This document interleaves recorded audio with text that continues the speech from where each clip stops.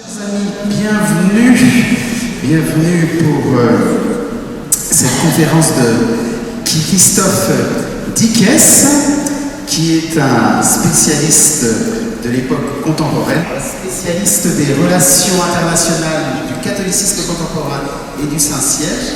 Vous êtes aussi donc historien, docteur, journaliste aussi, sur la chaîne KTO. Merci beaucoup mon père d'abord pour votre invitation. Je tiens aussi à remercier ma cousine Katia Brassard, qui m'a connu tout petit comme ça. Et j'ai connu tout petit comme ça. Et c'est un hasard que de se retrouver ici. J'habite Poissy, j'habite juste à côté, mais j'ai habité pendant 8 ans, ou 7 ans, je ne sais plus, les Vignes-Bonnette. Donc nous étions juste à côté avec mon épouse. Et je connais très bien cette église. Mon fils y a chanté, faisant partie des petits chanteurs de Saint-Lô. Il a chanté et c'est vraiment une joie de se retrouver ici. Alors, comme l'a dit le père, je suis venu vous entretenir de mon dernier livre pour l'Église. Alors, en fait, chaque livre, si vous voulez, a une histoire. On écrit d'abord pour soi, on écrit ensuite pour les autres. Et en fait, il se trouve que quand on est historien, eh bien, on aime bien la recherche. Et comme le disait le père, juste avant, il soulignait le fait que je présente une émission sur KTO TV qui s'appelle Au risque de l'histoire. C'est une émission qui est diffusée toutes les semaines à 20h30. Et d'abord, elle a un nom particulier, cette émission, c'est Au risque de l'histoire. Au risque de l'histoire, l'Église au risque de l'histoire, ça a été longtemps le seul livre disponible sur les légendes noires dans l'histoire de l'Église. Donc les légendes noires, c'est l'Inquisition, c'est les croisades, c'est la violence dans l'Église, etc. Et tant il est vrai que quand on parle d'histoire de l'Église, souvent on a un peu peur et on ne voit, surtout nous Français, que ce qu'il y a de négatif. Et donc cette émission sur KTO vise un peu à découvrir un peu ces légendes noires, voir le faux du vrai, développer l'art de la nuance et mieux comprendre l'histoire. Et au fil des émissions, là je dois être à 125 émissions, ce qui est quand même pas mal, je n'invite que des universitaires. Donc je n'invite que des chercheurs. Et au fil de ces émissions, je voyais qu'au-delà des légendes noires, eh bien, l'Église, dans tous les domaines, avait apporté des choses. Alors, vous allez me dire, c'est un peu évident, on le sait, on parle toujours des racines chrétiennes de l'Europe, etc., mais on sait jamais trop, en fait, où se situer sur le plan intellectuel et avoir les arguments pour dire, l'Église a apporté ceci, cela, etc. Et au fil des émissions, j'ai commencé à prendre des notes et j'en ai tiré ce que j'ai surtout vu. Encore une fois, qu'il y avait un décalage, assez étonnant d'ailleurs, entre la recherche d'une part, donc ces universitaires qui travaillent tous les jours sur l'histoire de l'Église, et la perception des gens du commun des mortels. Mais au-delà du commun des mortels, des catholiques eux-mêmes. C'est-à-dire qu'encore une fois, les catholiques, on veut leur parler de l'histoire de l'Église, souvent on se cache un peu et on n'ose pas, on ne sait pas répondre à la question de l'Inquisition, à la question de l'obscurantisme, entre guillemets, etc., de la violence qui a pu y avoir dans l'histoire de l'Église. Donc, il y a aujourd'hui des livres sur le sujet. Il y avait donc le livre de Jean Dumont, L'Église au risque de l'histoire, qu'on ne trouve plus, mais il y a eu chez Artege, il y a chez Talandier, le livre de Jean Célia, qui était un livre collectif, d'ailleurs, auquel j'ai participé, sur les légendes noires de l'Église. Et donc je me suis dit, je ne vais pas prendre les légendes noires, je vais prendre en fait ce que l'Église a apporté de bien. En gros, les pages glorieuses de l'histoire de l'Église. Donc c'est ce qu'on appelle ni plus ni moins qu'un livre d'apologétique. C'est-à-dire qu'on fait l'apologie de l'histoire de l'Église. Je nie pas le fait que dans l'histoire de l'Église, il y ait eu des hommes mauvais, bien évidemment, puisque nous sommes tous humains. Et là où il y a de l'hommerie. Je ne nie absolument pas ça, mais j'ai voulu mettre en avant ce que l'Église avait apporté sans qu'on ne sache rien. Parce qu'on ne le sait pas, ou on le sait mal, ou on ne le définit pas. Encore une fois, par une forme de peur. Pourquoi cette peur? Ou bien par une forme d'ignorance. Alors l'ignorance, elle est propre aujourd'hui à toutes les sociétés sur écran qui ont du mal à se concentrer sur 20 minutes de lecture. Et il y a de manière générale une ignorance du passé. Mais il y a une ignorance du passé, je vais être un peu violent, pardon de cette violence, mais il y a une méconnaissance de l'histoire de l'Église, des autorités même de l'Église. C'est pas moi qui le dis, c'est Andrea Riccardi. Andrea Riccardi, c'était un proche du pape François, et Andrea Riccardi, c'est le patron en fait de la communauté Sant'Egidio, donc des œuvres caritatives. Il dit, Andrea Riccardi, qui est lui-même historien, c'est un spécialiste de Pie XII, il dit dans son livre « L'Église brûle », je vous cite un extrait de l'Église brûle, donc comme voilà, c'est un constat alarmant, et dans les constats alarmants, il dit la chose suivante: la culture ecclésiastique, celle des dirigeants d'Église, est peu attentive à l'histoire. Les autorités connaissent peu leur histoire. Et ces autorités ne considèrent pas l'histoire utile pour comprendre d'où l'on vient et où l'on vit, ni pour gouverner. Et il ajoute, le manque de culture historique dans l'évaluation des phénomènes a conduit à un appauvrissement de la compréhension du réel. En gros, ce qu'a dit Riccardi, et je vais y revenir, c'est que l'histoire doit nous servir à comprendre le réel, comprendre le présent. Et il reproche, lui, Andrea Riccardi, proche du pape François, il reproche cette absence de connaissance de l'histoire. Alors, il faut essayer de comprendre d'abord pourquoi on ne connaît pas son histoire ou pourquoi on en a peur. Tout d'abord, il y a eu tout un mouvement qui est ce qu'on appelle le mouvement de la repentance. Alors vous allez me dire, monsieur Dickès, voilà, nous sommes dans une église, il y a un confessionnal, et la repentance fait partie de ce que nous sommes, nous catholiques, et nous devons faire repentance. Si nous, catholiques, si moi, catholique, je dois faire repentance, je dois me confesser, je dois faire pénitence, eh bien l'Église dans son ensemble, les hommes d'Église, eh bien doivent demander pardon pour les fautes commises. Alors on cite toujours, à juste titre d'ailleurs, la repentance de Jean-Paul II en 2000, mais on ne cite jamais celle d'Adrien VI en 1523, Adrien VI, le pape, qui demandait repentance auprès de qui? Auprès d'un certain Luther, pour reconnaître que dans l'histoire de l'Église, eh bien, il y avait des hommes qui n'avaient tout simplement pas fait le travail correctement. Mais il faut aller plus loin, parce que, si vous voulez, il y a la repentance, mais encore une fois, je prends mon exemple personnel, je ne suis pas un saint, je faute comme tout le monde, comme vous, mais je fais aussi de bonnes choses. Et donc,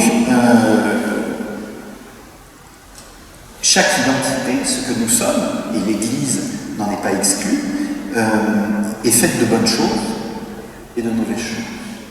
Et donc il faut aussi s'appuyer sur les bonnes choses pour pouvoir préserver ce que nous sommes.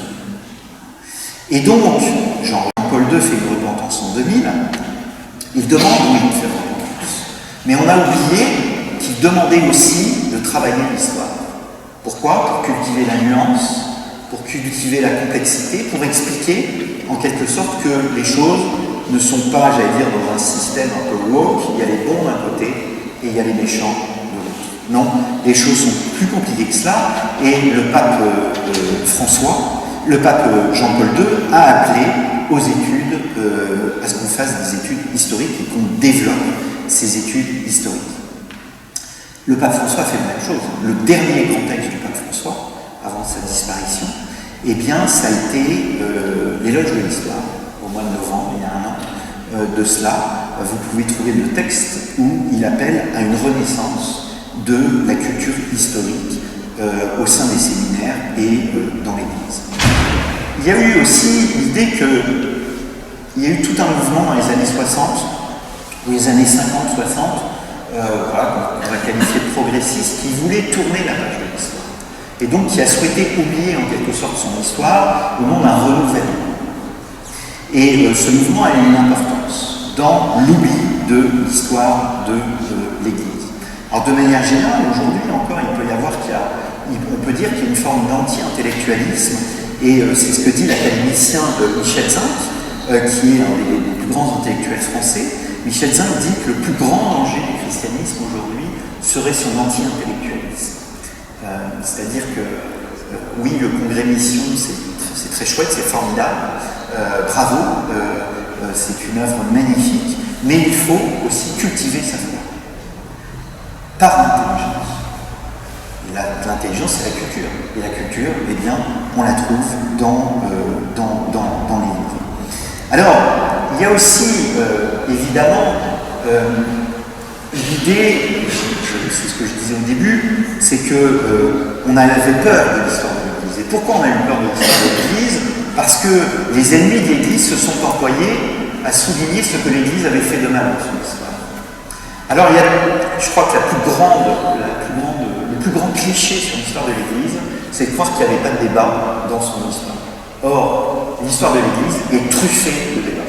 Cet après-midi, j'enregistrais une émission sur KTO, sur ce qu'on appelle la réforme grégorienne au XIe siècle, Grégoire VII, pape, qui est un des moments les plus importants de l'Église. Et c'est un moment de débat, c'est un moment de développement du droit, c'est un moment de développement intellectuel sur le pouvoir de l'Église, sur l'ecclésiologie, sur le rôle des prêtres dans la société, etc., etc. Mais dès le départ, en fait, et dès les actes des apôtres, avec le fameux concile de Jérusalem, il y a des débats dans l'histoire de l'Église. Et il y a des conciles qui sont des moments où on échange, où on débat, où on développe des idées afin de faire en sorte que la vie de l'Église soit meilleure. Mais en fait, l'anticléricalisme a voulu faire croire que dans l'histoire, eh bien, il n'y avait pas de débat dans l'Église. L'anticléricalisme, en fait, s'est véritablement développé, incarné au moment de la Réforme, c'est-à-dire au moment du développement du protestantisme. C'est là où il y a une systématisation de la critique de l'Église et le fait qu'on appuie dans l'histoire de l'Église sur ses pages sombres sans voir ce qu'elle avait fait de bien. Et ça a été un véritable problème intellectuel et qui s'est développé avec Voltaire, par exemple, au XVIIIe siècle.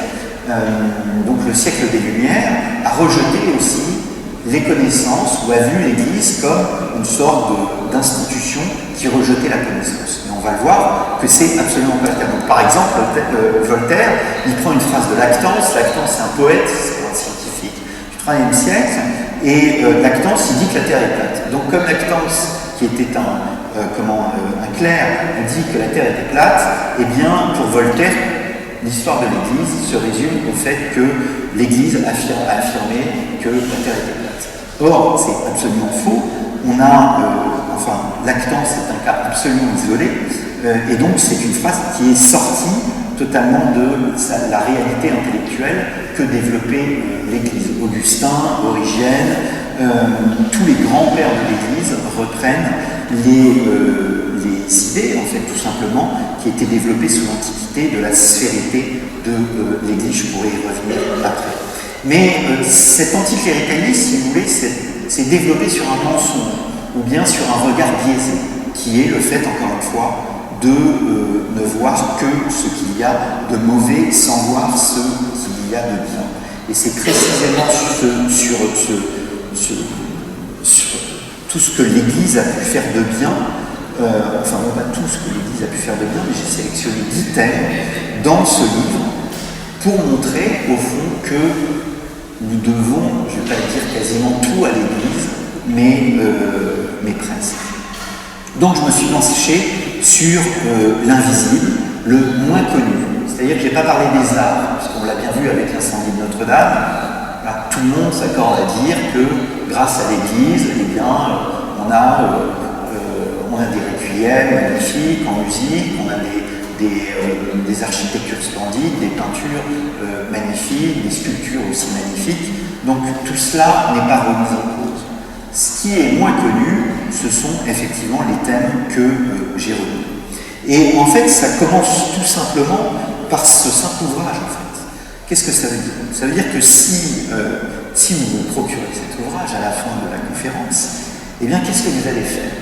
Vous allez rentrer chez vous, Vous allez l'ouvrir et vous allez commencer à lire. Et en fait, vous allez lire en silence. La lecture silencieuse n'existait pas avant l'arrivée du christianisme. C'est saint Augustin qui s'étonnait de voir saint Ambroise lire silencieusement. À l'époque antique, on ne lit pas silencieusement, on lit à voix haute ou à voix basse. Et c'est la règle de saint Benoît qui, au VIe siècle, introduit la lecture silencieuse. Donc, vous voyez, déjà, c'est une première idée, c'est que la lecture silencieuse suppose que vous avez des capacités intellectuelles pour réfléchir vous-même sur ce que vous découvrez dans votre ouvrage. Donc, en soi, c'est une révolution intellectuelle et c'est une confiance de l'Église vis-à-vis de l'individu qui est capable de réfléchir par lui-même en lisant un livre. Il lit en silence. Et alors, je vais rester sur les matériels. Les mots que vous ouvrez, quand vous ouvrez un livre, tous les mots sont séparés les uns des autres. Et bien, cette séparation des mots des uns des autres, on la doit aussi au christianisme. On a écrit les mots en séparant les mots, on a écrit les mots en les séparant les uns des autres, à la fois en écrivant en minuscules et en lettres majuscules. Ce sont des moines irlandais du 7e siècle qui décident de séparer les mots des uns des autres. Et vous voyez, en fait, les textes antiques, même les textes gravés, ne sont pas séparés, en fait. Ils sont pleins, en quelque sorte. Un peu, d'ailleurs, comme la station Assemblée nationale, si mes souvenirs sont bons, où vous avez cette succession de carreaux avec toutes ces lettres. Eh bien, là, c'est la même chose. Eh bien, là, l'Église, pour faciliter la lecture, a décidé de séparer les mots des uns des autres. Il y a une réforme carolingienne au 8e siècle. La grande figure de la réforme carolingienne, c'est Alcuin de York, qui était un des conseillers de Charlemagne, et il va inventer ce qu'on appelle la lettre caroline. Voilà.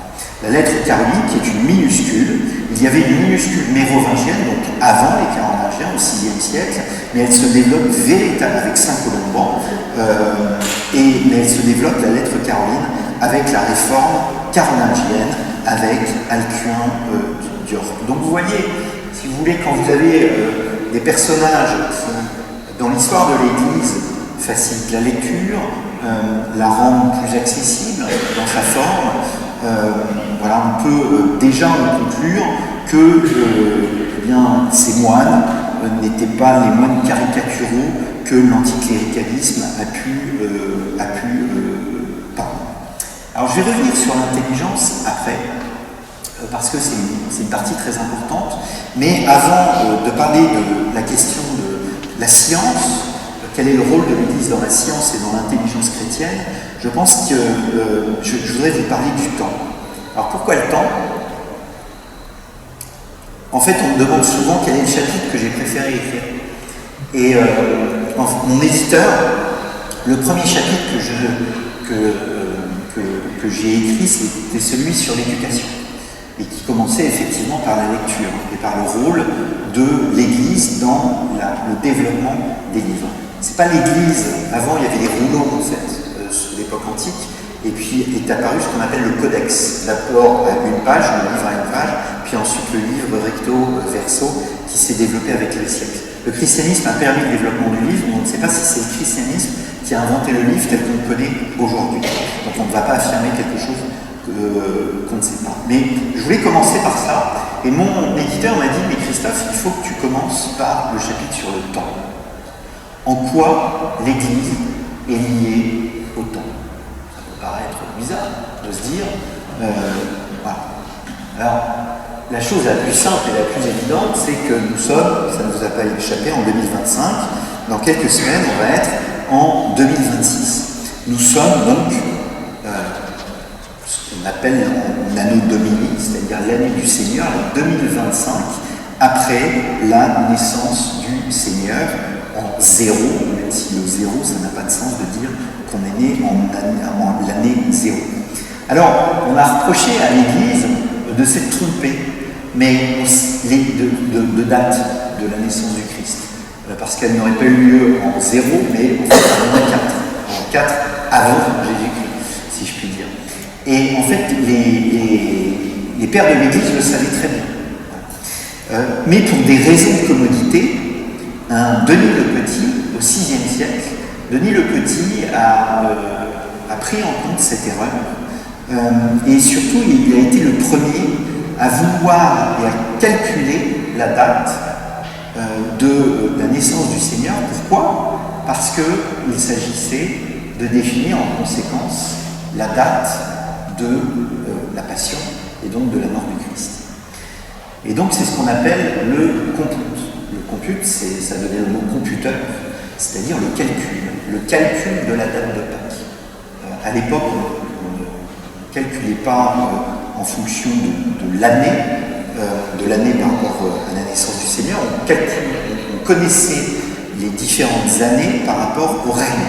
Nous sommes dans la 5e année du règne de Tibère, ou bien nous sommes dans la 10e année du règne de Louis XI. Donc on ne calculait pas les choses en fonction de l'année de la naissance du Seigneur. C'est uniquement l'Église qui calculait cette date pour pouvoir calculer en conséquence la date de Pâques dans un but bien précis qui était, on discutait mon père juste avant, d'unifier les pratiques liturgiques. Et donc, le fait qu'on calcule en fonction de l'année de la naissance du Seigneur et que l'on pense en fonction de l'année de la naissance du Seigneur, nous sommes en 1695, nous sommes en 1500, etc., ça a été très tardif. Mais l'Église, qui est universelle, qui a une vocation universelle, eh bien, est la première à s'être référée à ce calendrier qui est aussi un calendrier julien. Il faut rendre à César ce qui appartient à César. Le calendrier julien, c'est bien celui de Jules César. Mais le calendrier sur lequel nous vivons aujourd'hui, qui est une norme ISO, eh bien, c'est le calendrier grégorien, du nom du pape Grégoire XIII, qui, au XVIe siècle, s'est aperçu, c'est que les scientifiques, les hommes d'église s'intéressaient au mouvement des astres, eh bien, se sont aperçus qu'il y avait un décalage entre le calendrier julien et la réalité des cycles solaires et lunaires. Et donc, il fallait ajuster le calendrier. Si vous êtes allé à Rome, vous pouvez visiter ce qu'on appelle la Tour des Vents. Et dans la Tour des Vents, vous avez un méridien. Et c'est cette tour qui a été construite spécialement au XVIe siècle pour pouvoir ajuster le calendrier et faire en sorte que le calendrier julien s'ajuste parfaitement au calendrier solaire. Bref, que nous ayons une année de 365 jours bissextile. Et c'est exactement ce qu'a fait Grégoire XIII. Et c'est en 1582 que le 4 octobre, le vendredi 4 octobre, le lendemain, on n'était pas le 5 octobre, mais le 15 octobre. Donc il a changé le calendrier. Et donc, il y a 11 jours qui ont disparu du calendrier. Alors évidemment, ça a provoqué la joie des juges et des avocats, parce que ceux qui avaient des dettes à payer le 7, le 8 ou le 9 octobre, eh bien, comme les jours avaient disparu, eh bien, ils estimaient ne plus avoir à payer leurs dettes. Donc, c'est de l'ordre de l'anecdotique, mais c'est bien le pape qui, par sa bulle, en 1582, a rétabli la réalité du calendrier. Et aujourd'hui, c'est une norme ISO qui est même reprise par l'Arabie saoudite. Alors, les protestants, eux, vont mettre un certain temps à adopter en fait le calendrier grégorien. Ils préféraient être en désaccord avec le soleil plutôt qu'être en accord avec le pape. Ils vont l'adopter en 1752. Donc, très tardivement, quasiment 2 siècles après la naissance du calendrier grégorien. Et puis ensuite, il y a les orthodoxes. Les orthodoxes aussi, étonnamment, ce sont les révolutionnaires de 1917 qui vont adopter le calendrier grégorien. Alors ça, vous allez me dire, monsieur Dickès, c'est bien gentil, 2025, l'année du Seigneur, le calendrier grégorien, l'année 365, c'est l'ordre de l'année dotique. C'est pas effectivement le plus important.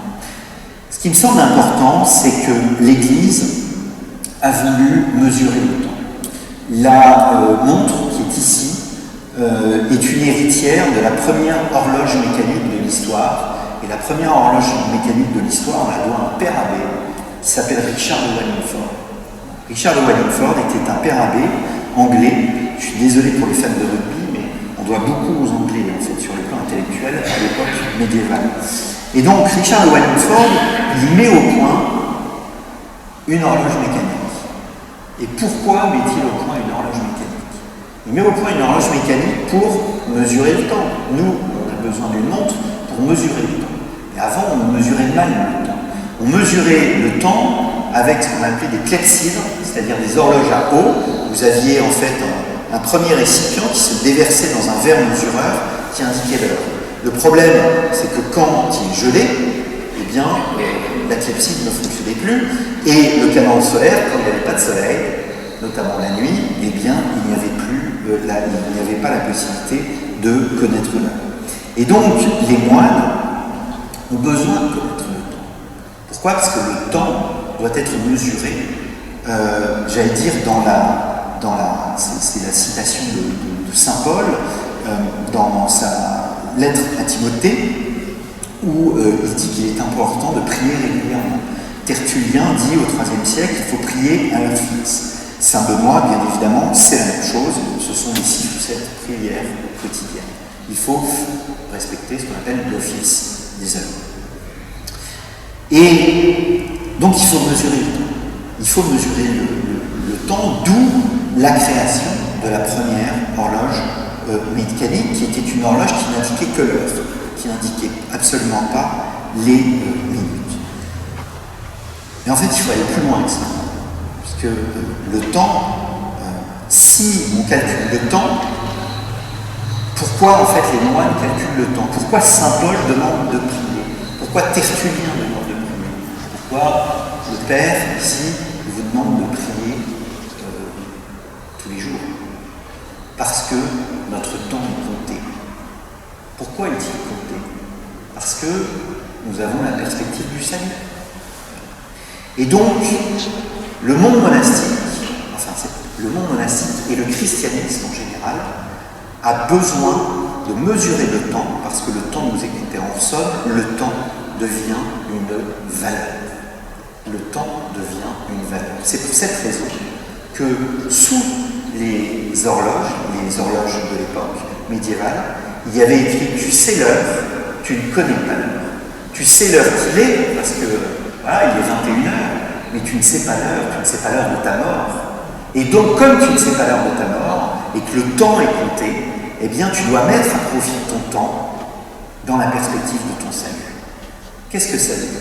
Ça veut dire qu'on sort d'une conception cyclique du temps, antique, chez Ulysse qui revient à Ithaque, qui revit sa vie, vers une conception progressiste du temps grâce au christianisme. Pas progressisme versus conservateur, non. C'est demain, je dois mieux faire que ce que j'ai fait aujourd'hui et que ce que j'ai fait hier pour assurer mon salut. Le temps devient une valeur. Et évidemment, le monde laïque va s'imprégner de cela. Et c'est au Moyen-Âge qu'on va commencer à dire que le temps, c'est de l'argent. Le temps devient une valeur avec le christianisme. Et quand, je suis désolé de le dire, mais quand le député Léaumont, qui est d'extrême gauche, parle de progrès social, il le fait, qu'il le veuille ou non, dans une perspective chrétienne. Pourquoi? Parce que le progrès était une conception étrangère à l'époque antique. Et ça doit être le progrès en tout, en fait. Mais pour le christianisme, c'est d'abord le progrès vers le salut. Donc, c'est très intéressant de voir que le christianisme imprègne complètement notre conception du temps. Notre montre, alors les minutes arriveront plus tard, je crois qu'elles arrivent au XVIIe siècle. Notre montre, l'idée qu'il faut être à l'heure, en fait, l'idée de ponctualité est totalement étrangère au monde antique. Les heures ne sont pas une invention du christianisme, elles sont une invention des Mésopotamiens et des Sumériens, des milliers d'années avant le christianisme, mais la première institution à faire du temps une valeur, ce sont les moines. Ora et labora, prie et travail. Et donc pour prier, travailler et dormir à l'heure fixe, il est nécessaire d'avoir une montre. Donc, le christianisme donne un sens au temps. Et alors, vous vous doutez bien que pour construire une horloge mécanique, il faut avoir un peu de science. Il faut avoir la science des astres, il faut avoir la science de la mécanique, il faut avoir, il faut observer en fait tout simplement ce qu'est la nature, ce qu'elle nous offre et comment on peut la réguler, comment on peut en quelque sorte non pas la dompter, mais quasiment, je vais y revenir après. En fait, je vous le disais en début de conférence, le plus grand cliché de l'histoire de l'Église, c'est pour qu'il n'y avait pas de débat en son sein. Et le deuxième plus grand cliché, c'est de dire que l'Église ne cultive pas l'intelligence.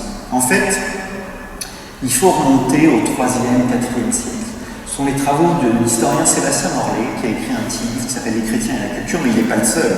C'est un débat que je rencontrais cet après-midi une historienne, une spécialiste du Moyen-Âge, qui me disait, mais le débat que pose Sébastien Morlet, qui est professeur à la Sorbonne aujourd'hui, est un débat qui existait déjà au XVe siècle. Et donc, la question était de savoir, au 3e, 4e siècle, que faire de la philosophie antique, que faire de l'intelligence antique, que faire de la science antique, que faire des Grecs et des Romains. On sait que l'Église a repris une partie du droit romain, mais s'est posé la question de savoir si l'Église devait reprendre aussi la philosophie grecque, la science grecque, la mathématique grecque, etc.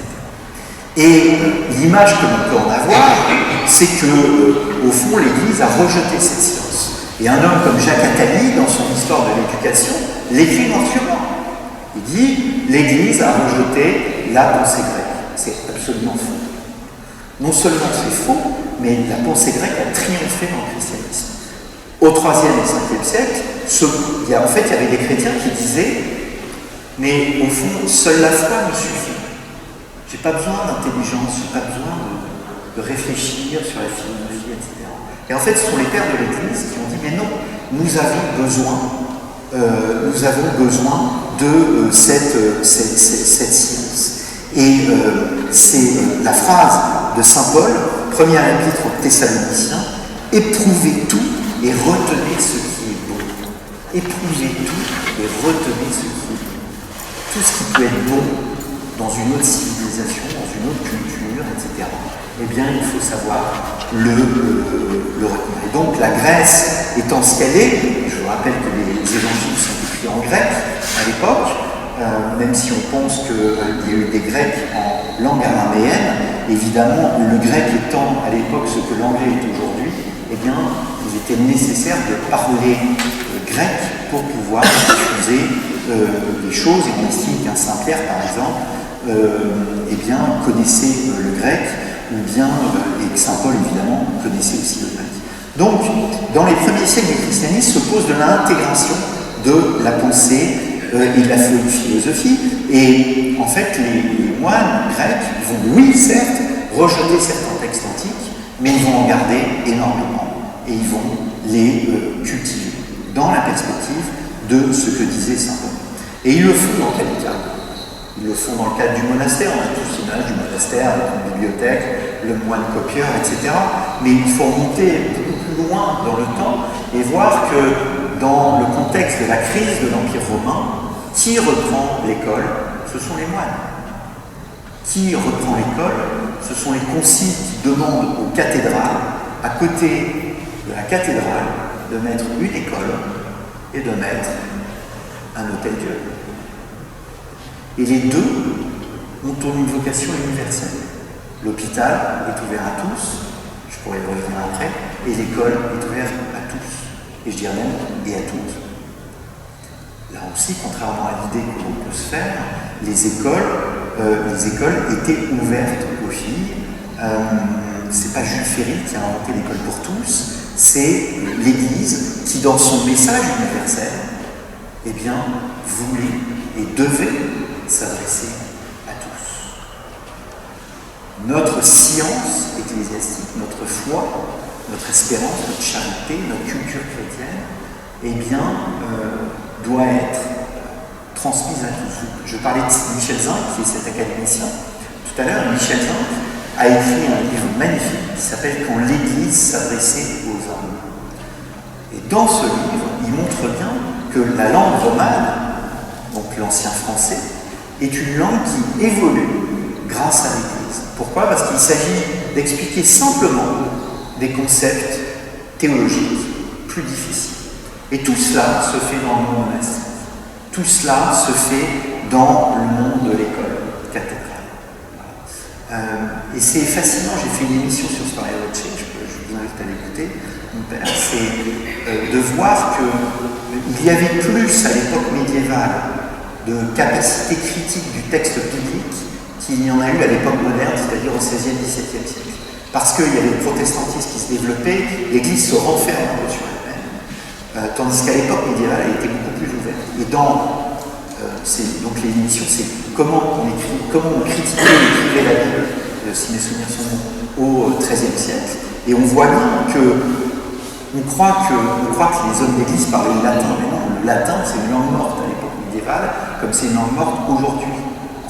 Et il était nécessaire de traduire. Et donc, il fallait des traductions. La traduction signifie l'idée qu'il fallait s'adresser au plus grand. Et les étudiants qui ne parlaient pas latin, eh bien, voulaient absolument avoir une traduction de la Bible. Et en fait, il faut aller au-delà de cela, parce que oui, l'école antique a été perpétuée, a été transformée, pas perpétuée, transformée par le christianisme. Il y a eu tout au long de l'histoire des conciles qui ont demandé d'enseigner aux fidèles, de leur apprendre à lire, de leur apprendre à écrire. Il y a eu en 803 un concile par exemple, obligation pour les parents d'envoyer les enfants à l'école, c'est le concile de Mayence. Il y avait même, parce que l'Église s'est aussi appuyée sur les enfants pour développer sa culture, que ce soit lors des entreprises coloniales en Amérique du Sud ou en Amérique centrale, mais aussi à l'époque médiévale. Et donc, les prêtres demandaient aux enfants qui étaient enseignés d'enseigner eux-mêmes leurs parents. Pour, encore une fois, répandre la parole de Dieu. Et donc, les conciles, de nombreux conciles, ont rappelé cette nécessité de développer l'enseignement. Donc, il y a cette idée, encore une fois, que la foi, finalement, ne s'oppose pas à la raison. Pas du tout. La foi, la raison et la culture doivent s'articuler les unes les autres, mais c'est un vieux débat qui continue jusqu'à nos jours, parce que vous avez peut-être lu l'encyclique de Jean-Paul II, Fides et Ratio, la foi et la raison. Donc, éprouvez tout et retenez ce qui est... Et on peut dire, il y a eu aussi en fait les universités, ni plus ni moins. Les universités sont une création de l'Église, l'enseignement supérieur autonome. Voilà, les enseignements étaient autonomes. Ils étaient plus autonomes et plus libres que le sont nos universités aujourd'hui, avec une liberté de recrutement, une liberté de programme, et on commence à diviser les savoirs, c'est-à-dire à opérer une distinction et faire des spécialisations. Et en fait, on développe aussi une nouvelle technique de débat qui s'appelle la disputatio. La disputatio qui correspond véritablement à un exercice intellectuel pour défendre ses arguments. Alors, évidemment, si l'école développe un enseignement, elle développe une science. Et là aussi, étrangement, on ne parle jamais de la science chrétienne. On parle de la science arabe à juste titre. Il y a une science arabe, qui vient d'ailleurs de la Grèce, qui a été transmise en partie par les chrétiens d'Orient au monde arabe. La langue même arabe, j'ai fait une émission avec Rémi Braille et un autre auteur dont j'ai oublié le nom, sur Cathéo, ce que le monde arabe doit au christianisme. On parle toujours de ce que le monde arabe a apporté au christianisme, là aussi à juste titre, mais on ne parle jamais de ce que le christianisme a apporté au monde arabe. Et la langue même arabe viendrait, d'après les scientifiques, du monde chrétien. Je reviens sur la science. En fait, c'est vrai qu'on ne parle quasiment jamais de la science chrétienne. Pourtant, il y a un homme qui disait que sans le christianisme, il n'y aurait pas eu de science moderne. Cet homme, c'est Oppenheimer. Donc Oppenheimer, c'est celui qui a créé la bombe atomique au XXe siècle, donc qui est un grand scientifique du XXe siècle, qui était lui-même entouré de scientifiques. Oppenheimer, qui côtoyait Einstein, disait qu'il n'y avait pas de science moderne sans le christianisme. Pourquoi ça? Alors, je ne reviens pas sur Lactance et Voltaire, qui a fait croire que l'Église était contre la science, contre l'idée que la Terre était ronde, alors qu'Origène, Basile de Césarée, Grégoire de Nazianze, Ambroise de Milan, Augustin, ils affirment tous que la Terre est ronde. En fait, il faut attendre un certain temps. L'Église intègre la science, la philosophie grecque, elle intègre aussi des éléments de rhétorique grecque, la grammaire également grecque, mais la science moins. Mais elle va redécouvrir cette science à un moment particulier de son existence. Nous sommes en l'an 1000. En l'an 1000, il y a un pape qui s'appelle Sylvestre, qui est Cocorico, le premier pape franc de l'histoire. Donc c'est Gerbert d'Aurillac. Gerbert d'Aurillac, grand scientifique. C'est à lui que l'on doit le fait d'utiliser dans le monde chrétien, donc en Occident, les chiffres indo-arabes. On parle toujours des chiffres arabes, mais ce sont des chiffres indo-arabes. Donc on utilisait le 1 jusqu'à 9, sans utiliser le 0, parce que le 0 c'était le néant, et on n'utilisait pas le 0 parce que c'était le chiffre du diable en quelque sorte, parce que le néant ne pouvait pas être utilisé. Donc Gerbert d'Aurillac, nous sommes en l'an 1000, et en fait contrairement à une idée reçue, on a longtemps dit que l'Europe occidentale a eu peur de l'an 1000 parce que ça allait être la fin du monde. Non, en fait, les travaux des historiens, notamment ceux de Dominique Barthélemy, montrent bien qu'on n'avait pas peur. Non seulement on n'avait pas peur, mais on est dans un mouvement de renaissance scientifique. Pourquoi ça? Parce qu'en l'an 1000, on pense non pas à la fin du monde, mais on pense au retour du Christ sur Terre. Mais le Christ ne revient pas. Et donc, il faut chercher le Christ par d'autres moyens. Quel est cet autre moyen? Eh bien, c'est la contemplation, la découverte de la nature. Donc, il s'agit de comprendre la nature pour approcher finalement le mystère divin. On se dit que si on comprend ce qui nous entoure, la nature qui nous entoure, eh bien, nous nous approchons du mystère divin. C'est pour cette raison qu'on ne peut pas opposer la foi et la science. Et c'est très français d'opposer la foi et la science. Quand à l'extérieur, à l'étranger, il y a énormément de scientifiques qui sont des hommes de foi. Et la foi est intérieure, mais les hommes du monde médiéval étaient des hommes et des femmes aussi, parce qu'il y avait des femmes scientifiques, estimaient qu'ils devaient trouver Dieu dans la nature. Et c'est un écho, en fait, d'une leçon absolument magistrale de Benoît XVI, au Collège des Bernardins. Je ne sais pas si vous vous en souvenez, nous étions en 2008 ou 2009 ou 2011, peu importe, et dans sa leçon, il dit que les moines qui travaillent, qui commencent à vouloir comprendre cette nature, eh bien, le font au nom de quoi? Ils ne préservaient pas une culture, disait Benoît XVI.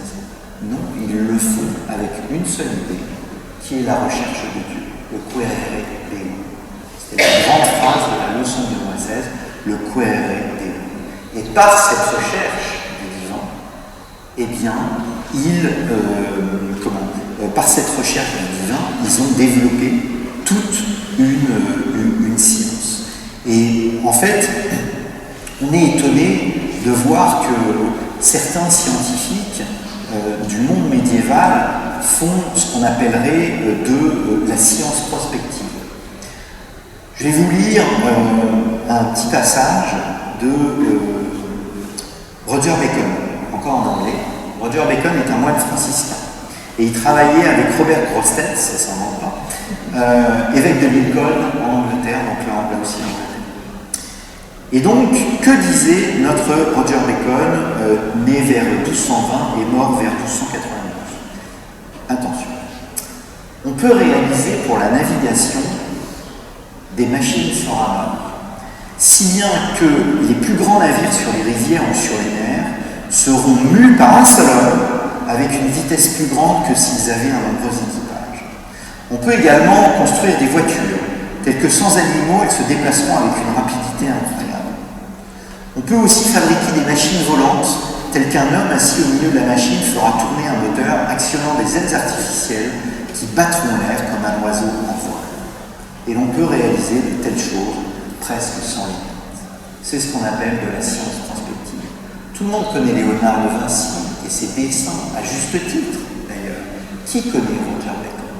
Qui sait que Roger Bacon a décrit exactement ce qui s'est passé à la fin du XIXe siècle et tout au long du XXe siècle, à savoir la maîtrise de l'espace par à la fois le bateau, par la voiture et par l'aviation. Et donc, ces hommes avaient leurs limites, bien évidemment, mais ils voulaient s'intéresser à cette nature. Et donc un Albert le Grand, qu'on va qualifier de philosophe, eh bien on le voit aussi botaniste. Et donc il veut décrire toute la nature. C'est Hildegard de Bingen qui recherche les propriétés des plantes afin de guérir les gens. Mais vous avez Vitello au XIIIe, XIVe siècle qui se distingue par ses travaux d'optique et qui développe nos propres lunettes. Je vous ai dit donc Robert Grostet et Roger Bacon, mais Copernic, c'est un chanoine. Voilà. Nicolas de Cuisse, c'est un cardinal, théologien, et il développe l'idée de l'héliocentrisme. Christopher Clavius, c'est un astronome et un mathématicien. Je vous ai parlé de Gerbert d'Aurillac, aussi, qui est un astronome et un mathématicien. Et je vous parlais tout à l'heure de Richard Milford, qui est un mécanicien, tout en étant un astronome, en construisant la première horloge mécanique. Jusqu'à nos jours, où vous avez Mendel, qui est le fondateur de la génétique moderne. Je ne sais pas s'il y a des médecins dans la salle, mais généralement, tout le monde, c'est vraiment médical, tout le monde connaît Mendel comme étant le fondateur, qui est un clerc, fondateur de la génétique moderne. Champollion n'existe pas sans ses maîtres, qui sont des religieux. Et c'est marrant parce que de voir que oui, l'Église a participé un peu à la disparition de la culture antique égyptienne, et des siècles après, cette même Église permet de la redécouvrir. Voilà. Tout ce que nous savons de la science inca, de la culture inca, de la culture aztèque et maya, nous le devons à des hommes d'Église. Pourquoi? Parce que les hommes d'Église écrivaient, tout simplement. Quand les Incas, les Aztèques et les Mayas, ils n'écrivaient pas, ils dessinaient. Et donc, quand les conquistadors sont arrivés, alors d'abord on a assimilé les conquistadors et les hommes d'église, qui est une erreur historique. Les hommes d'église ont défendu les Indiens.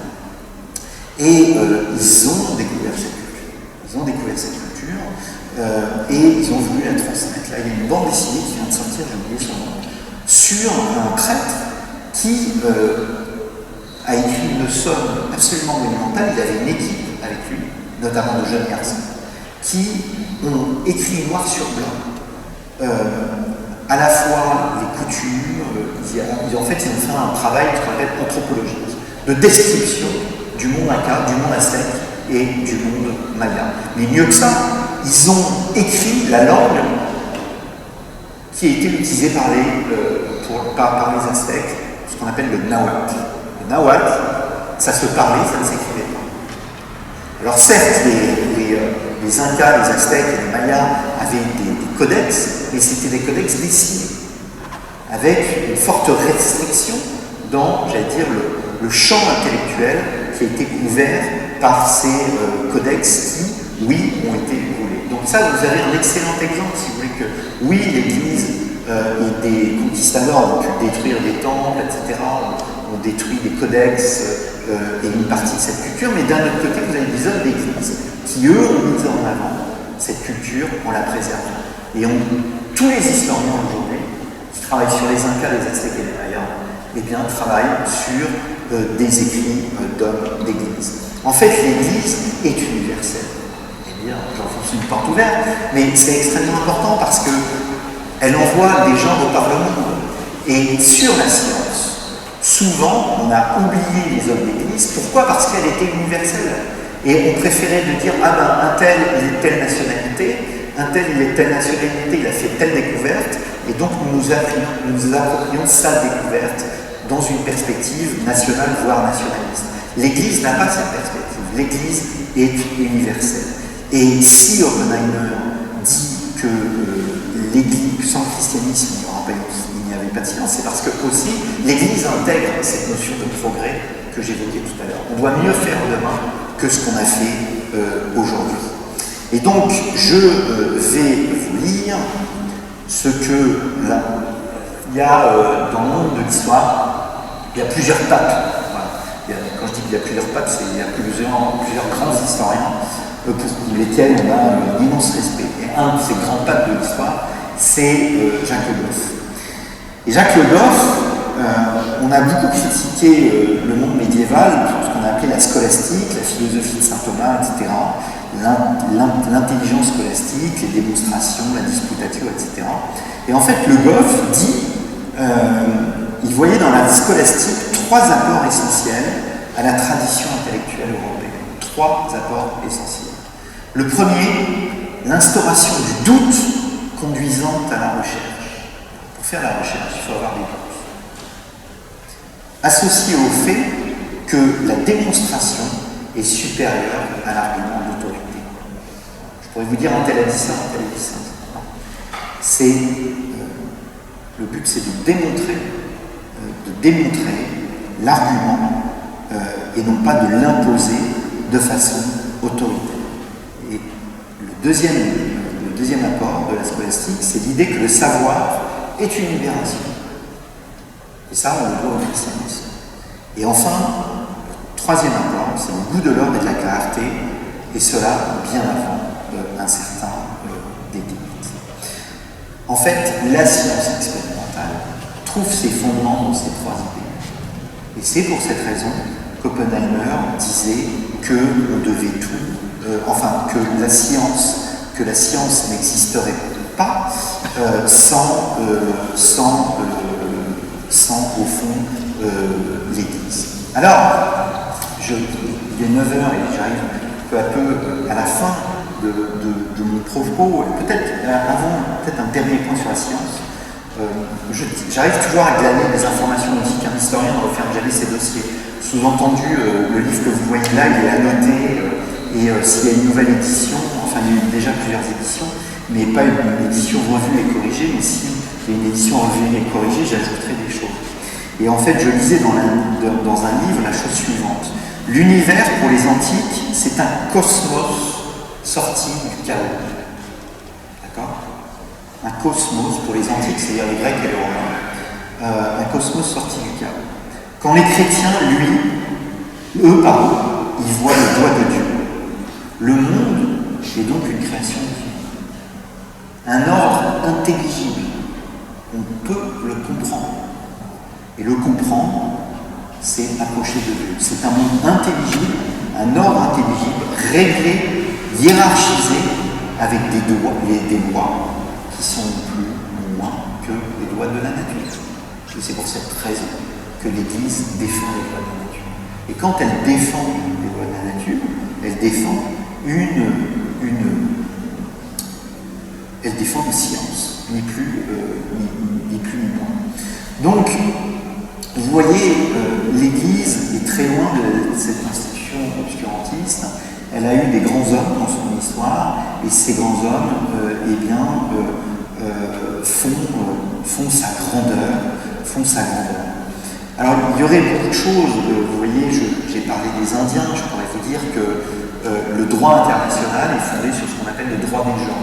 Et le droit des gens, c'est Bartolomé de Las Casas, qui était un moine, c'est Suarez et Vitello, qui sont trois figures cléricales du XVIe siècle et qui dominent l'intelligence et qui commencent à construire le droit international. C'est-à-dire quel rapport doit-on entretenir avec les peuples étrangers, qui sont en l'occurrence des peuples inconnus, qui étaient les Indiens. Je pourrais vous parler de l'État, peut-être un dernier mot sur l'hôpital, parce que l'hôpital c'est d'abord une belle chose, et puis alors je l'ai dans mon sac, mais Le texte du pape Léon XIV, le premier texte officiel du pape Léon XIV, c'est Dilexité sur la pauvreté. Et il y a tout un chapitre sur l'histoire de l'Église et les hôpitaux, et qui montre bien que l'Église était près des pauvres, était près du faible à travers ses institutions. Ce que n'était pas le monde antique. Le monde antique, le monde médical antique était réservé à une élite. Là, l'Église, exactement comme elle ouvre l'école à tous, eh bien, elle ouvre l'hôpital à tous. Et c'est pour ça qu'à côté de la cathédrale, vous aviez toujours une école cathédrale et un hôtel-Dieu. Et que cet hôtel-Dieu était un hôpital. Et donc l'hôpital tel qu'il est là, la clinique de l'Europe, tout cela vient du monde chrétien. Ça n'existait pas. C'est au IVe siècle que Basile de Césarée, qui comme son nom l'indique, habitait Césarée, qui était une des plus grandes villes de l'Empire, eh bien, a fait construire un premier bâtiment pour recevoir des pèlerins, puis un deuxième bâtiment pour recevoir des veuves et des veufs, et puis un troisième bâtiment pour recevoir ceux qui étaient des blessés de la vie, puis un troisième bâtiment pour recevoir les estropiés, et ainsi de suite, et ainsi de suite. Et dans l'histoire de l'Église, eh bien, vous avez à chaque fois des renaissances, qui sont des renaissances, j'allais dire plus hospitalières que médicales. Hospitalière, c'est l'hospitalité, notamment à l'époque, des grandes figures de la révolution hospitalière, c'est Yves de Chartres au XIe siècle. Et Yves de Chartres, la citation que vous preniez, nous sommes des nains sur des épaules de géants, c'est Bernard de Chartres. Et donc Chartres, c'était un centre intellectuel.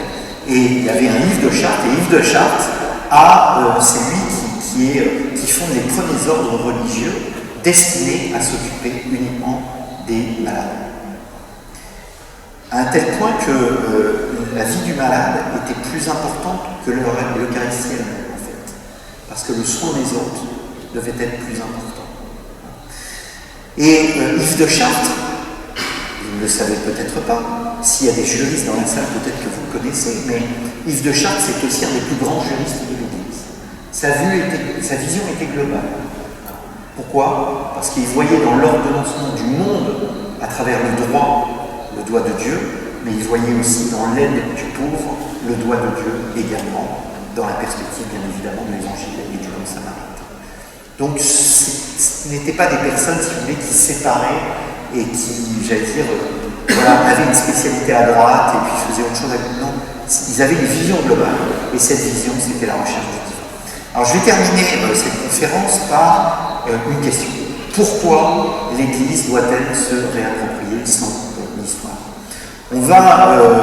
Marc Bloch va rentrer en fait au Panthéon, et Marc Bloch estimait une phrase que j'aime beaucoup, qui est une phrase très simple. Marc Bloch disait, je vous rappelle que Marc Bloch a été assassiné par les nazis en 1944, au mois de juin, et Marc Bloch est un des plus grands historiens.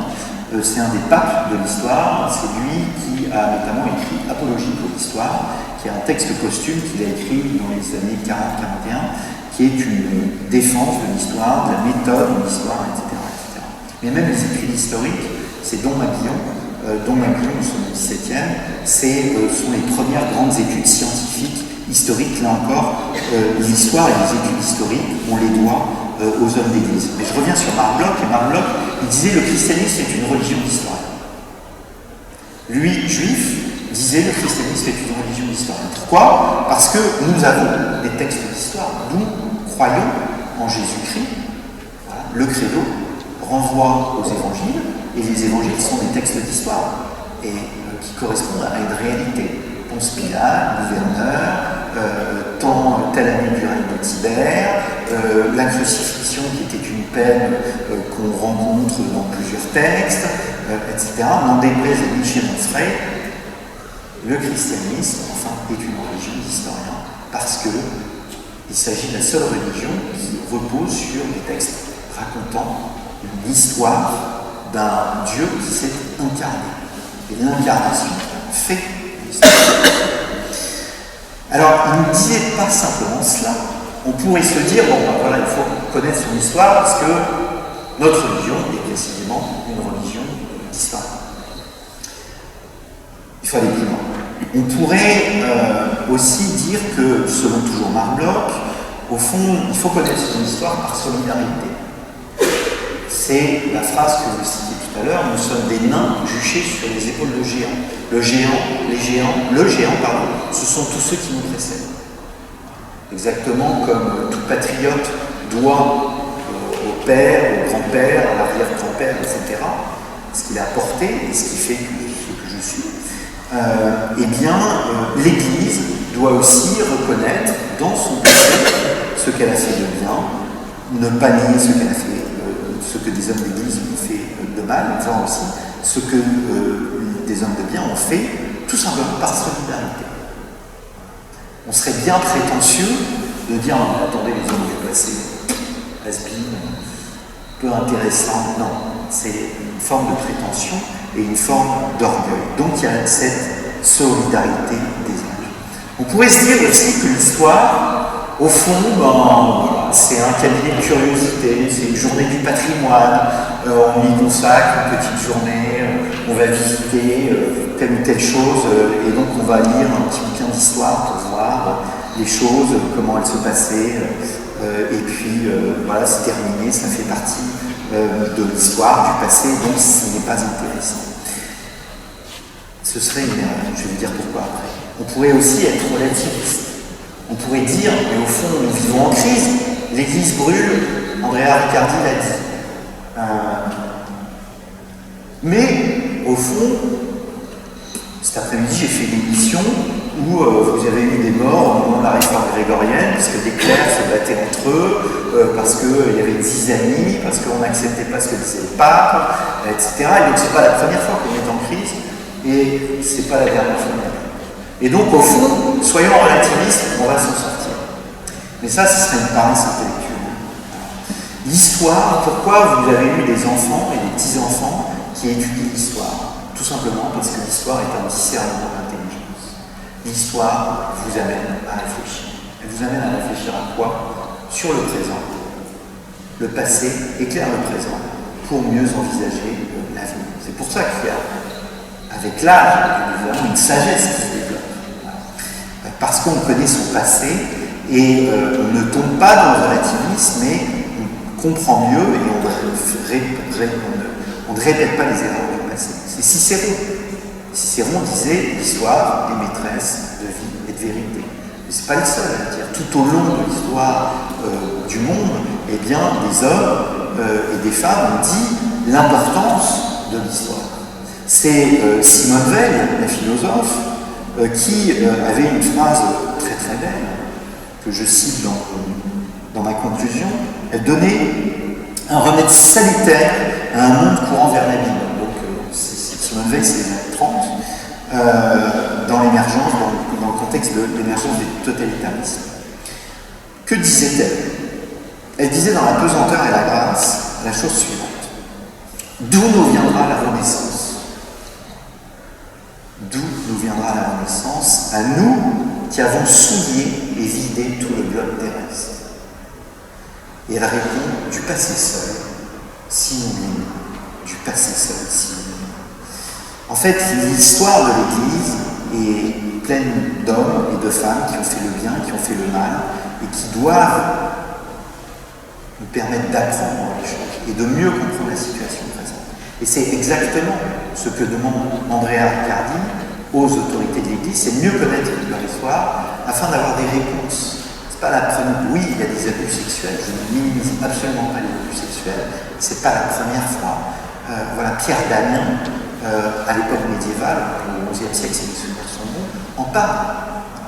Que s'est-il passé dans l'Église à ce moment-là? La réforme grégorienne, c'est une réforme politique des structures dans l'Église, mais aussi une réforme des mœurs. Pourquoi y a-t-il une réforme des mœurs? Parce que les mœurs du clergé n'étaient pas vraiment exemplaires. Donc, que s'est-il passé au moment de la réforme grégorienne et qu'ont préconisé les moines, les évêques à cette époque pour nous permettre de mieux comprendre ce qui se passe aujourd'hui et non pas tomber dans le relativisme, mais trouver des leçons, au fond. Des leçons, parce que l'histoire, est une maîtresse de vérité, c'est Cicéron, je viens de le dire. Voilà, en dépit des crises, des fautes, des erreurs, des abus, des peurs, au fond, qu'est-ce qu'on voit dans l'Église? Vous savez, quand on écrit un livre, il y a toujours une idée qui est un peu sous-jacente, que vous ne voyez pas trop au début, qui est un peu nébuleuse, et puis peu à peu, elle s'affine. Et vous vous dites, mais au fond, c'est ça. Qu'est-ce qui distingue l'Église dans son histoire? En fait, ce qui distingue l'Église dans son histoire, c'est qu'en dépit, encore une fois, des crises, des peurs, de l'ignorance, des abus, des fautes, c'est son incroyable vitalité. C'est cette étonnante vitalité. C'est, encore une fois, et on en revient à l'idée de progrès, elle a toujours su s'adapter, sortir des crises pour pouvoir, ni plus ni moins, que défendre le message évangélique. Et ça sera mon dernier mot. Je pense, c'est ce que je disais par rapport à la pénitence tout à l'heure, la pénitence personnelle. Je pense que si on ne s'aime pas soi-même, on ne peut pas aimer les autres. Avant d'aimer les autres, il faut s'aimer soi-même et aimer ce qu'on est avec ses fautes et avec ses grandeurs. Voilà.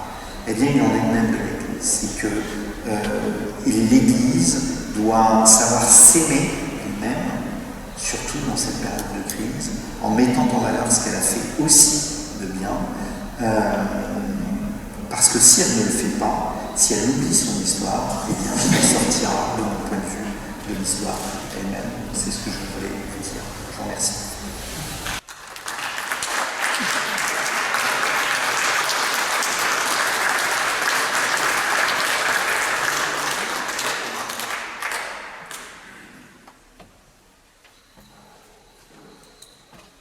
Question sur Jacques d'Inville. Est-ce qu'il a écrit sur l'Église et sinon quelle était sa position? Je sais que tu as écrit aussi. Eh bien, c'était un agnostique d'Inville, donc il ne croyait pas. Il n'a écrit aucun texte religieux. Il y a eu quelques articles sur plusieurs pages. Il avait beaucoup d'admiration pour Saint Pilice, pour sa simplicité, parce que Saint Pilice était le fils, comme vous le savez, d'une couturière. Il était éloigné de toute mondanité. Je me suis employé à comparer Saint Pilice dans mon bouquin Les 12 papes qui ont bouleversé le monde au pape François, ce qui était en soi une provocation, parce que généralement on voit le Saint Pilice comme un pape réactionnaire et le pape François comme un pape progressiste. Mais en fait, si vous voulez, il y a énormément de ponts et de points communs entre les différents papes. Et le pape Saint Pilice refusait absolument tout apparat. On lui a offert une croix d'or. Et cette croix d'or, il a refusé parce qu'il disait « Je ne viens pas apporter de l'or là où le Christ a apporté une pointe d'épine. » Enfin, là où, voilà, dans la maison de Dieu, et du démon. Donc, pour revenir à D'Inville, désolé, voilà, il n'y a pas de texte, il y a simplement quelques articles sur les papes et sur l'importance du catholicisme dans les structures des relations internationales. Mais c'était un agnostique et j'ai pas trouvé de traces. En fait, je pourrais vous donner l'explication pour laquelle je suis venu à l'histoire de l'Église, c'est très simple. C'est que j'ai donc fait ma thèse de doctorat sur Jacques d'Inville et les éditions Robert Laffont, la collection bouquins des éditions Robert Laffont, m'a appelé pour publier du Jacques d'Inville dans cette collection. Et donc j'étais ravi parce que je pensais jamais publier du d'Inville chez Robert Laffont.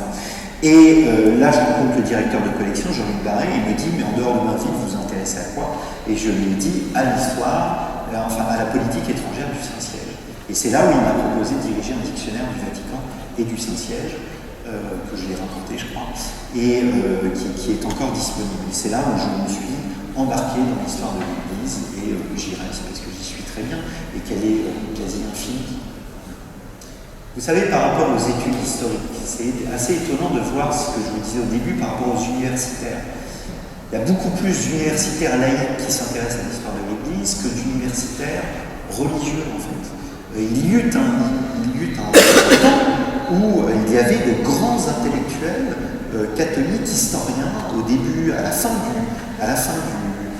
du 19e siècle et au début du 20e siècle, il y avait des grands historiens qui étaient des clercs catholiques. Et Marc Bloch, que je citais tout à l'heure, ne voulait pas faire de l'histoire religieuse parce qu'il estimait que c'était un peu le domaine réservé de l'Église et il estimait qu'elle en faisait trop d'apologie. Et en fait, à l'apologie du début du siècle, c'est à succéder une sorte de rejet de l'histoire que j'ai évoqué.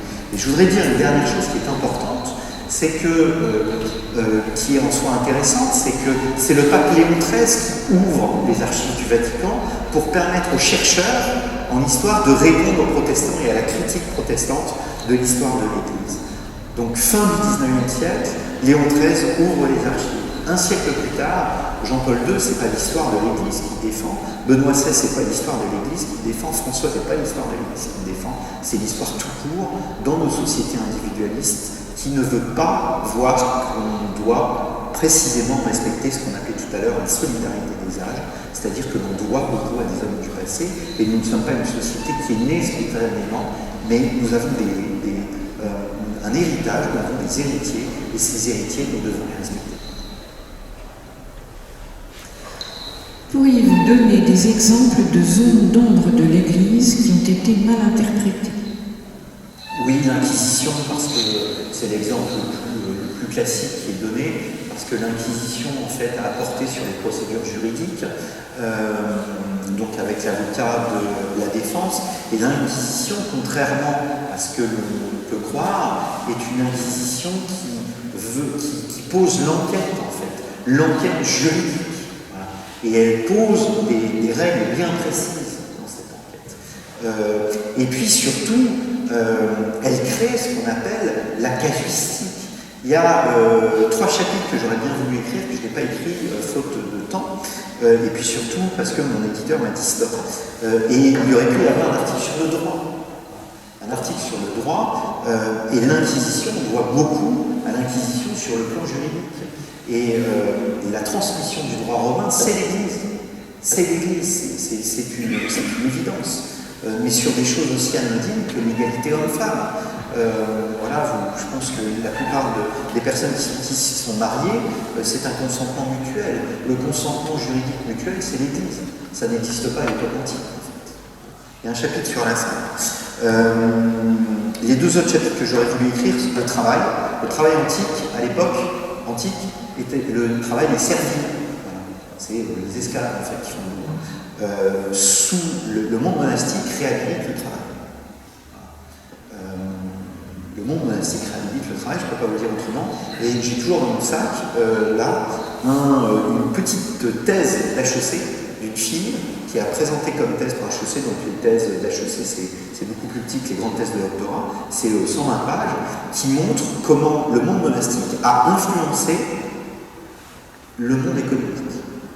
Et moi, ça me fait rire, parce que dans l'entreprise dans laquelle je travaille, parce que je travaille aussi dans une entreprise, finalement, je vois tout ce qui est lié au monde monastique. Et en fait, il y a des tas d'entreprises qui travaillent comme le monde monastique. Le père abbé, c'est le grand patron, mais le grand patron, il sait écouter son équipe. Et c'est exactement ce qui se passait chez les moines. Dans tous les monastères, vous avez ce qu'on appelle la salle capitulaire, la salle du chapitre. La salle du chapitre, c'est là où on discute, où on débat et où on vote. Vous avez toutes les techniques de vote sont développées dans l'histoire de l'Église. En 1789, quand le clergé rentre dans les États généraux, le vote, connaît ça par cœur. Il le pratique depuis des siècles. Donc ça m'a fait sourire parce qu'à Poissy, lors de l'élection de Sandrine Dos Santos, vous avez une conseillère municipale, avant de la présenter comme maire, qui a fait l'éloge du vote. Et elle est passée de l'époque antique à 1789 en sautant des siècles et des siècles. Mais qui préserve le vote? C'est l'Église. Et non seulement elle le préserve, mais en plus elle le développe, en développant différents types de vote. Le vote uniquement des personnes les plus sachantes, le vote à la majorité, on connaît tous le vote qui a à élire un pape. Voilà. Donc ça aussi c'est une chose que j'aurais voulu, alors j'en parle du vote, mais le travail c'est une chose que j'aurais voulu développer. Et le dernier chapitre que j'aurais voulu développer, c'est l'alimentation. Et l'alimentation, ça aurait été très court, parce que le propre du monde alimentaire chrétien, c'est qu'il n'y a pas d'interdiction. En revanche, il y a des restrictions. Et c'est très marrant de voir qu'aujourd'hui, on vous incite à faire jeûne exactement comme on fait jeûne dans le monde monastique. Et puis il y a une particularité un peu du christianisme, disons-le, c'est le vin. Et s'il y a du vin, c'est parce qu'il faut du vin de messe. Et donc on cultivait la vigne. On aurait pu très bien avoir une religion comme l'islam qui refuse le vin. Non, nous, on accepte le vin, on le développe, et en plus on fait des bons vins. Aujourd'hui, vous avez, on parle toujours des bières, des bières du monde monastique, mais la culture viticole, on la doit clairement au monde monastique. Ça ne veut pas dire qu'il l'a inventé, ça veut dire qu'il l'a transmis. Il l'a transmis du monde romain jusqu'à nous. Je dévie toujours Deux voire trois questions. L'accélération des échanges des scientifiques avec le papier, vrai ou faux? Avec le papier. Le papier. L'accélération des échanges des scientifiques avec le papier. Oui, ça c'est évident. En fait, il y a une phrase que je n'ai pas dite, c'est Galilée, au fond. Oui, l'Église a condamné Galilée, mais si Galilée a été condamné, c'est parce qu'il ne démontrait pas voilà, c'était une hypothèse, ce n'était pas une certitude. Et le fait qu'il ne démontre pas, c'est pour cette raison qu'il a été condamné. Donc toute cette science derrière est une science qui se développe sur le papier et sur l'imprimerie. Si la science et l'intelligence s'est développée aussi, par exemple dans le monde d'Amérique latine ou dans le monde d'Amérique centrale, c'est parce que il y avait l'imprimerie. Et l'imprimerie a permis au monde culturel inca, aztèque et maya de voir qu'on pouvait coucher sur le papier à travers des codex et de reproduire une intelligence et une culture. Il y a toute une partie d'un sous-chapitre qui évoque il y a une thèse de doctorat qui a été faite sur la bibliothèque, plus que sur la bibliothèque, sur toute la production littéraire au Vatican, je crois, au XVIIe siècle et au XVIe siècle. Et en fait, le Vatican, c'est un réceptacle de culture. C'est pour ça que vous avez une des plus belles bibliothèques au monde. Parce qu'il envoyait des gens en Asie, il envoyait des gens en Amérique latine, il envoyait des gens au nord de l'Europe, et tous ces gens, en fait, faisaient des bilans, faisaient on appellerait des audits, et ils transmettaient ce savoir et ils l'envoyaient à Rome, qui devenait un centre culturel véritablement cosmopolite et universel. Et donc ça se fait par le biais du papier et par l'usage du papier. Le transfert des sciences grecques a été fait par les Arabes, vrai ou faux?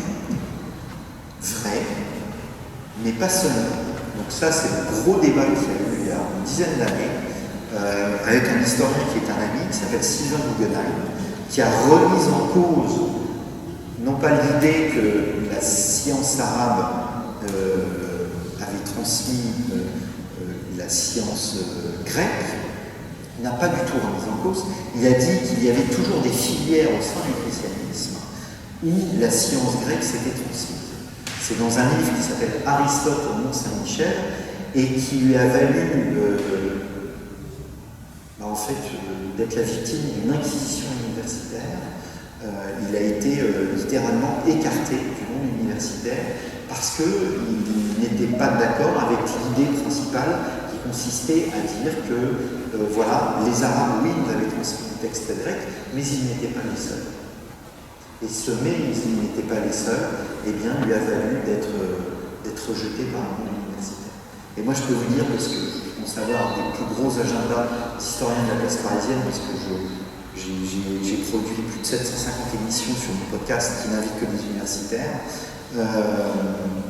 Chaque fois que je rencontre un universitaire spécialiste ou plus ou moins de ce sujet, il donne raison à ce garçon, Sylvain Guggenheim, alors que et ces gens, on ne les a pas entendus, alors que parallèlement, sous Sylvain, Guggenheim a été condamné par certains universitaires qui se sont fait. Donc oui, la science arabe, la science grecque s'est transmise aussi à travers les monastères. Enfin, comme si intellectuellement les monastères s'étaient coupés de toute trace. signe grec, ça n'a pas de sens. Alors là, si j'écorche, je vous dirais, dans le mot cosmos, pour les Grecs, il y a l'idée d'ordre.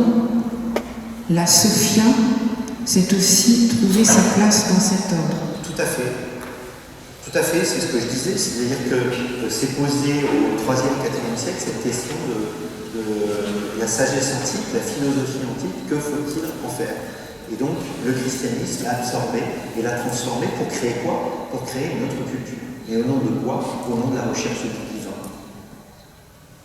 L'origine du droit international, c'est plutôt Grotaia, Grotius, après, que Las Casas. C'est vraiment le fondement. Avant, c'est pas vraiment le fondement. Enfin,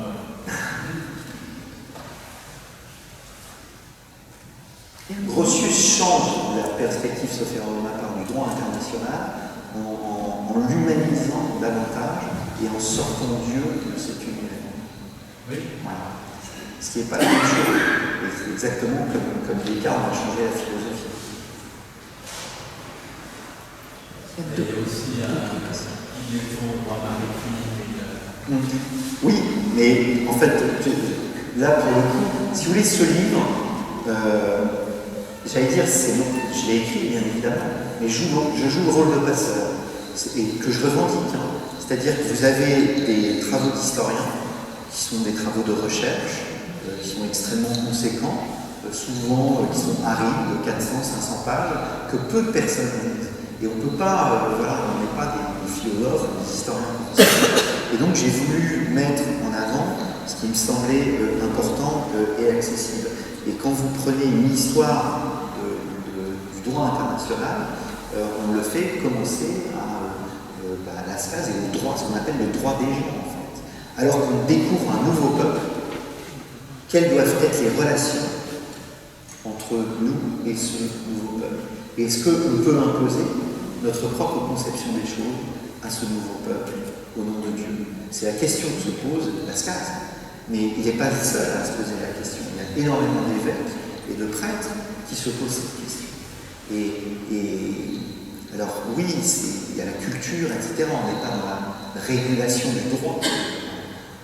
Et il faudra attendre les siècles suivants pour voir cette régulation du droit. C'est bon? Pas d'autres questions? Je ne sais pas si vous avez d'autres. Écoutez, je vous remercie beaucoup.